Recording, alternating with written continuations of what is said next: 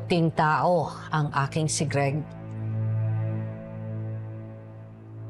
Isang nilalang na ikakarangal ng kahit na sinong magulang na tawaging anak.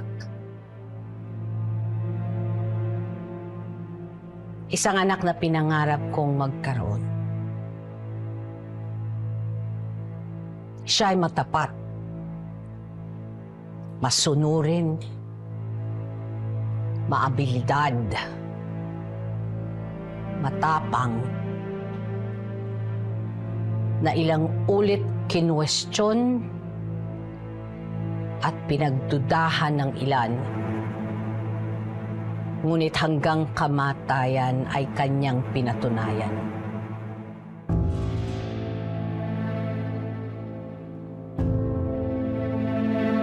Mapalad ako na siya ang aking naging anak.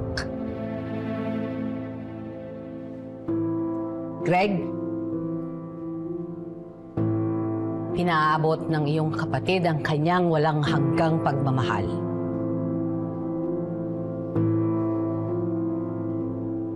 Anak, aking anak, mahal na mahal kita. Baunin mo hanggang sa kabilang buhay ang aking pangako na tatapusin ko ang iyong sinimulan.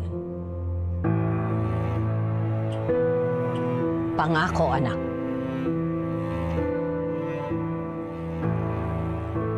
Tatapusin ko.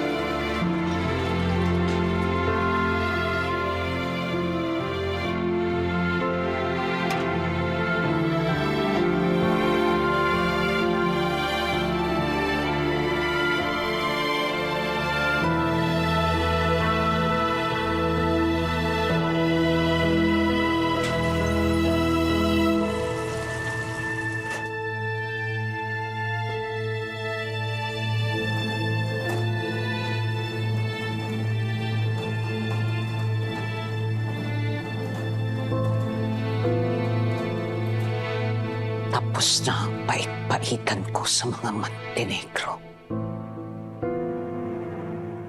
Kung kinakailangan, magsasama-sama tayo sa impyerno.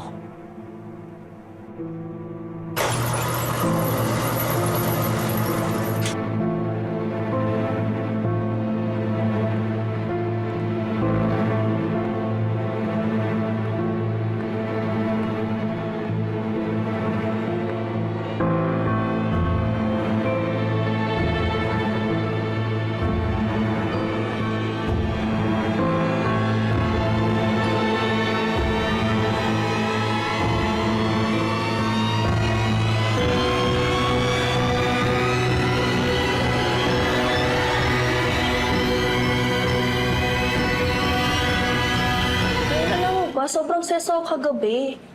Ay, sinabi mo pa. Sobra. Ay, naku, yung test natin, sobrang nakakaano talaga. Di ko ma-feel. Oo nga eh, no? Sobrang stress natin, di ba? Kasi nag-review tayo. Camille. Pwede ba tayo mag-usap? Sige Camille, una na kami. Magkita na tayo sa school bukas.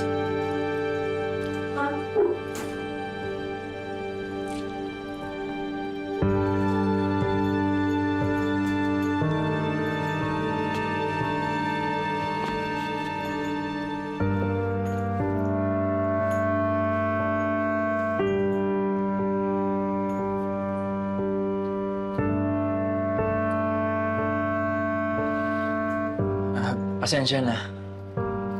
Kung may nasabi ako nung huli natin kita.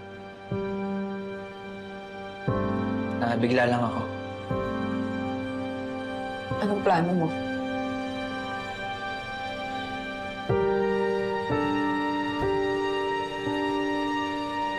Paninindigan ko yung bata. Siyempre dapat magkasama tayo, di ba? Kasama tayo papalakihin yung bata. Hindi ko kayo makabayaan. Gusto ko magkaroon siya ng magandang buhay.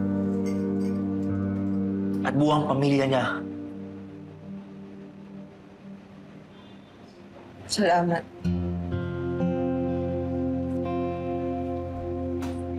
Uy, kailangan din kausapin yung mga magulang mo, ha? Kailangan nila malaman na handa ako maging parte ng pamilya mo.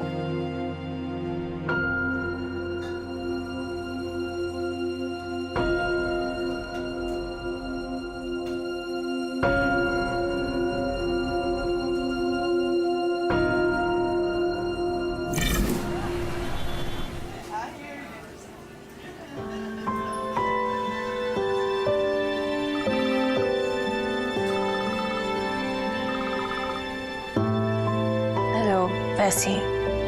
Hello! Oh, Bessie! Mag-ready ka na!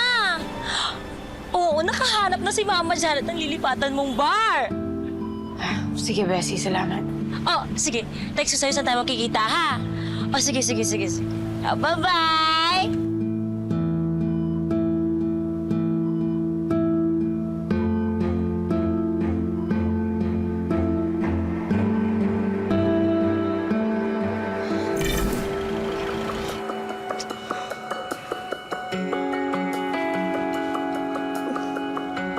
Kuldog!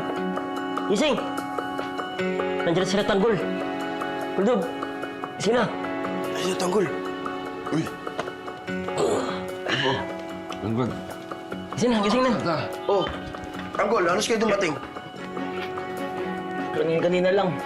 Mga alas 5 ng madaling araw. Oh, ano nangyari sa lakad nyo? Naku! Madami. Nabigyan niyo ba yung attach case kay Marigor? Nakausap ko si Lola. Ang sabi ko, siya na magbigay kay tatay. Tanggol! Gusto naman yung lugar natin. Mga pamilya natin. Ligtas ba sila? Hindi na namin napuntahan yun eh. Pero sa palagay ko, ligtas naman yung mga pamilya natin. Napuntahan namin kay Mokang. Anong nangyari kay Mokang? Naabutan namin pinapalayas ni Roda. Buti, dumating kami, di nailigtas namin. Ano nangyari? O di... bakbakan uli. Eh, paano yan? Galit naman si Mocha sa inyo yan. Ay, hindi. Totoo nga si Mokang eh. Kasi nailigtas namin. Ibig sabihin yan, ayos na kayo Mokang. Ay, hindi rin. Bakit? Eh, sinamahan namin si Mokang dun sa bago niyang pinagtatrabahuan.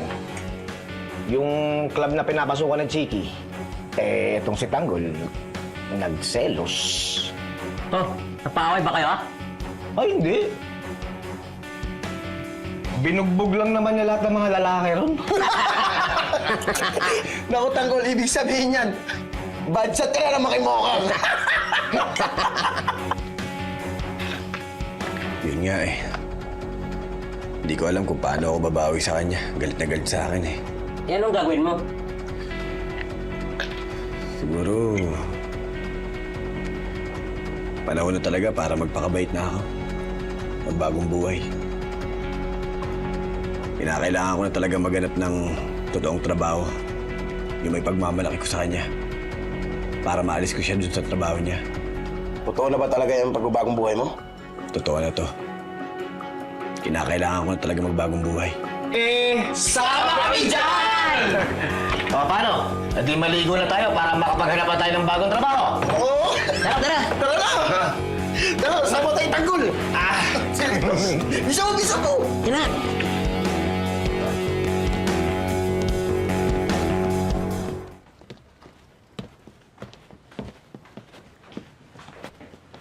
Friend. Oh, Si Ma'am Berting. nasa kusina eh. Bakit? Magpapaalam sana kami. Maghanap kami ng trabaho. Ganun ba? Sayang, no? Sana dito na kayo magtrabaho. Kaya lang, malit kasing kita na itong bar. Di kayo kayang pasweldoin lahat eh. Ayos lang yun. Sige, tawagin ko na si boss. Dahil lang.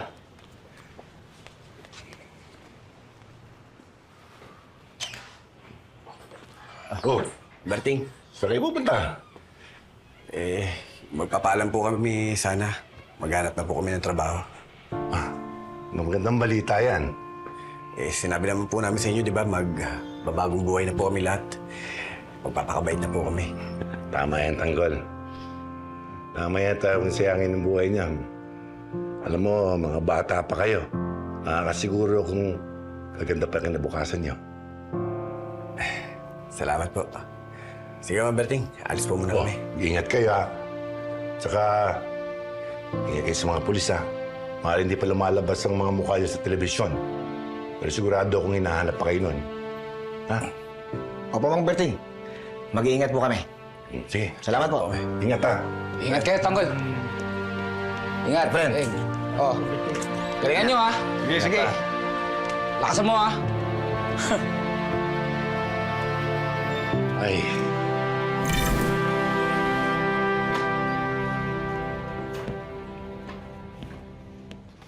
Oh, David, mag-almusal ka na. Ano? Magpapalengke ba tayo? Oo, pupunta tayo sa palengke. Kailangan natin kumita ng pera. At saka, para naman makalimutan natin ang mga nangyayari dito. Oo, tsaka ilang araw na rin tayong sarado eh. Sabagay. Balikan man tayo ng sindikato. Wala tayo dito sa bahay. Ano eh? Huwag ka nga mag-isip ng ganyan. Ay, o nga pala, ikaw, Santino, ha? Mag-iingat ka sa bilyaran, ha? Pag may mga bagong mukha doon, kilalanin mo, ha? Magtanong-tanong ka, tsaka humingi ka ng tulong sa mga kapitbahay natin doon, ha? Apo, Nay. David, kain na. Ay. Rigor, mag-aalmusal ka? Pupunta na ako ng presinto. Ite-turn over ko na kay Colonel Suarez to. Hindi tayo ligtas sa bayan na to hanggat nandito pa to. Pre. Pare. Ay, Marites, Alintinding. Magandang araw po sa inyo. Kain? Hindi, katatapos lang. Ano, pre? Ready ka na?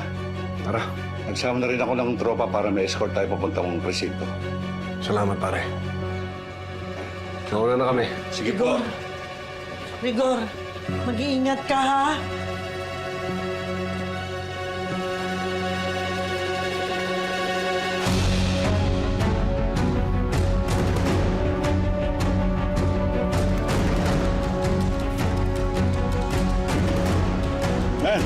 Let's move!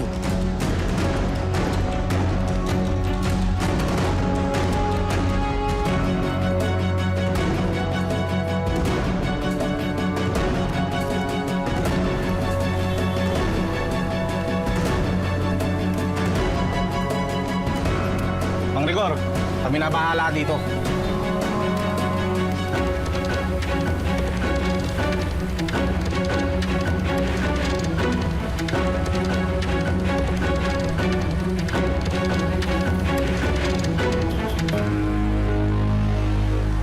Tomas, papunta na silang presinto. Abangan mo na. Pare, yan lang ba tatang pinadala ni Colonel Suarez? Oo nga eh. Tara.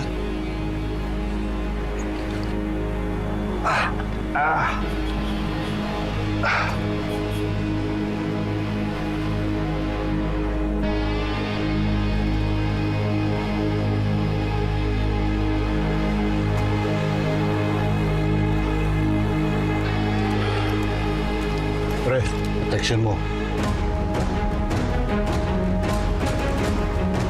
Di basta-basta yung dala mo. Tara.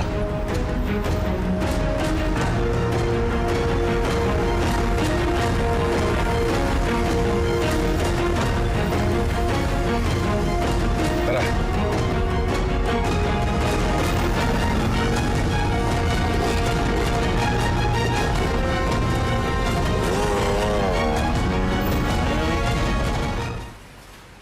Grabe pala yung gulong na lampasan natin dito.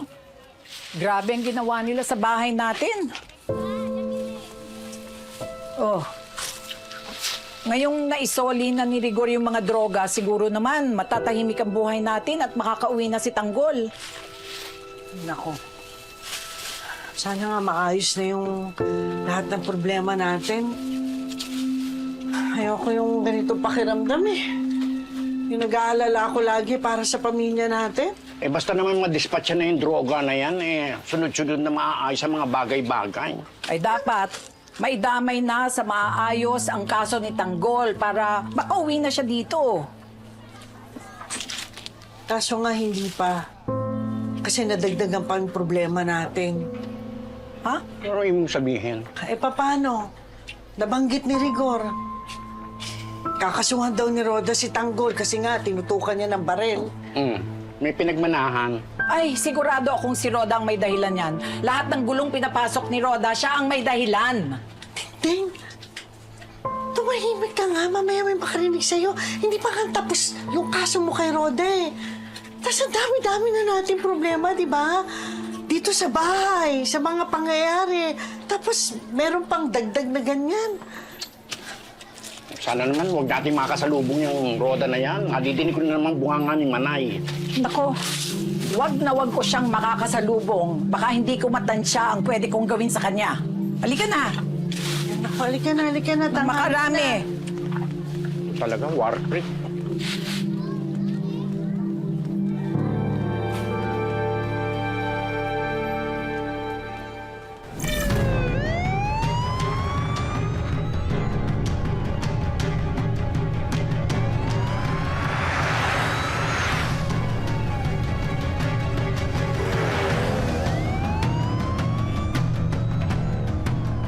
Pre, may sumusunod sa atin.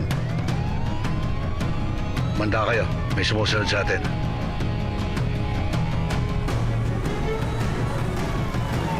Oo. Dikitan niya na.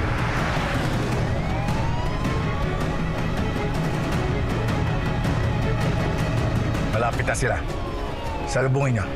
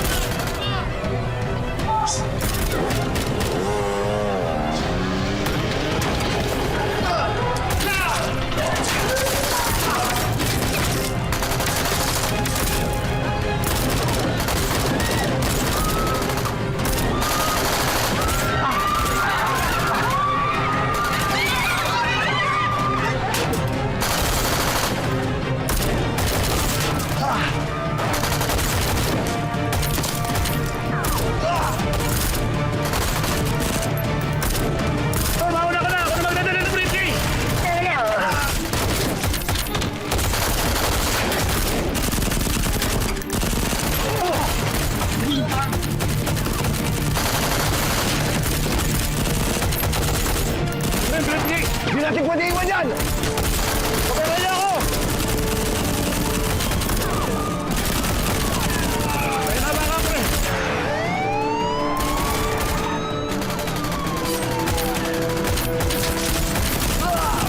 Iba! Kami nang bahala rito!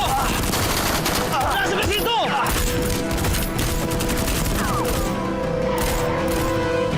Agad!